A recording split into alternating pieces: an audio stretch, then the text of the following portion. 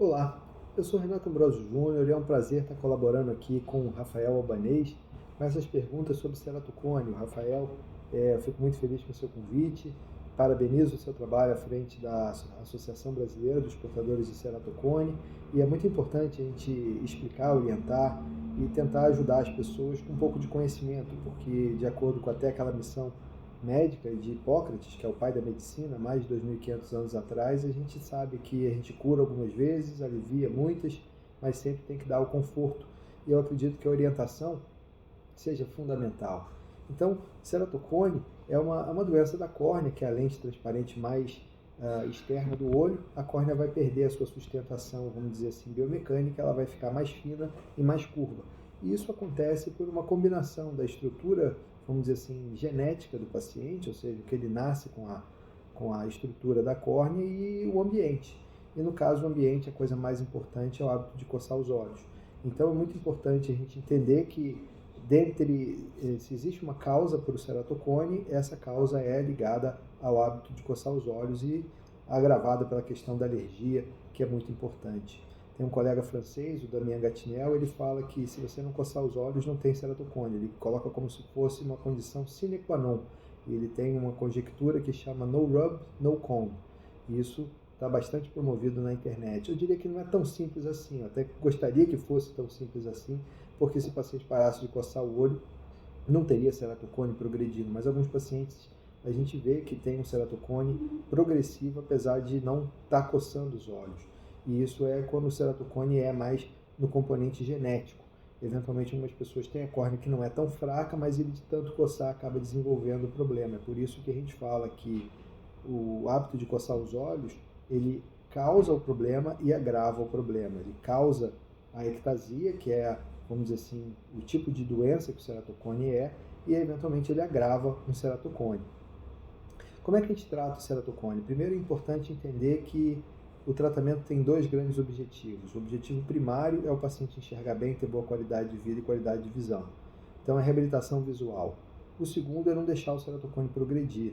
Até o advento do crosslinking, eu diria que no final dos anos 2000, a gente começou a ver que o crosslinking tinha realmente um efeito, que tinha essa eficácia, né? Começou a falar em crosslinking em 2004, 2005, eu comecei a fazer em 2008 aqui no Rio de Janeiro, e o crosslinking é um procedimento que para a progressão do ceratocone. Isso abriu um novo horizonte de objetivo no tratamento do ceratocone, para a gente não perder a oportunidade de tratar a doença enquanto ela ainda está numa fase mais leve.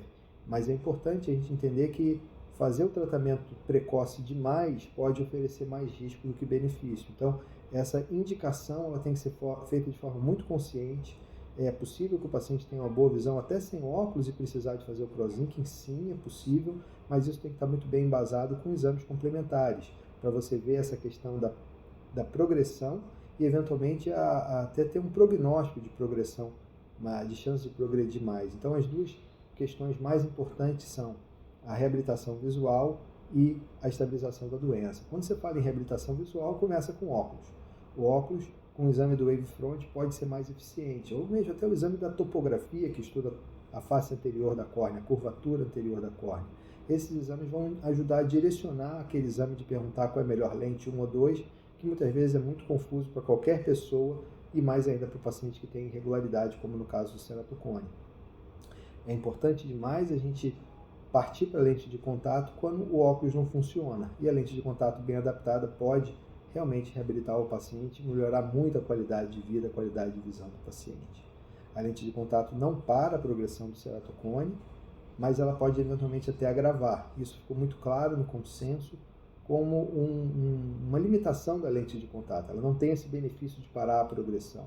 Até quando o paciente tem uma boa visão por óculos, o uso da lente de contato tem que ser usado de forma, vamos dizer assim, muito mais cautelosa, com orientação. E mais uma vez aqui, o entendimento sobre a doença é fundamental. Entender que a lente não para a progressão do ceratocone e eventualmente pode ser um fator até agravante para essa progressão se estiver menos bem adaptada. Tudo isso é a base da nossa campanha Junho Violeta. A campanha Junho Violeta tem o objetivo de informar, trazer informação, conhecimento para poder tomar decisões conscientes. E a campanha Junho Violeta ela começou num bom exemplo de um paciente que tinha um ceratocone que já estava até tratado, que falaram para ele que ele não podia mais fazer o esporte, que é o jiu-jitsu. Um amigo meu, entrando em contato comigo, pediu para eu dar uma avaliada nesse paciente, e esse paciente, eventualmente, não só podia fazer a arte marcial, como devia, porque isso faz bem para ele.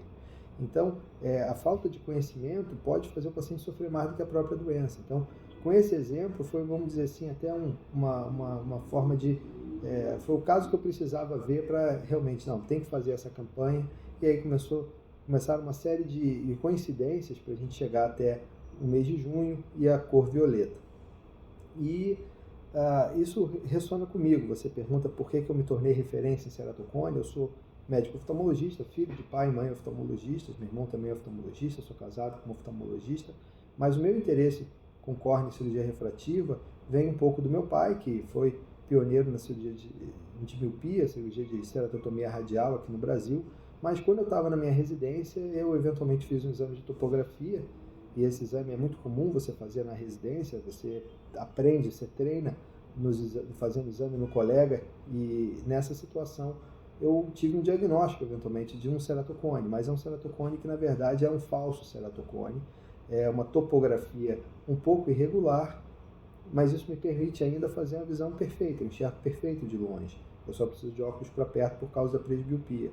Então, eu comecei a me interessar sobre esse tipo de doença, porque eu tinha, eventualmente, uma suspeita, um diagnóstico que me deixou muito preocupado no primeiro momento, mas quando você vai entendendo sobre o problema, você vai entendendo que existe a forma frustra de ceratocone, depois você começa a ver que é uma topografia que pode ser um falso positivo, e tudo isso me deu, vamos dizer assim, motivação e até, vamos dizer assim, inspiração para a gente aprender mais sobre a doença e até, como você colocou, me tornar referência na parte do diagnóstico. Os índices de diagnóstico de ceratocone literalmente têm o meu nome, porque a gente, trabalhando com os exames de imagem, com a propedêutica que a gente chama multimodal, a gente pode, usando a inteligência artificial, facilitar muito o trabalho do clínico, do médico, para poder usar essas informações para tomar as decisões corretas e ajudar, assim, o paciente da melhor forma possível.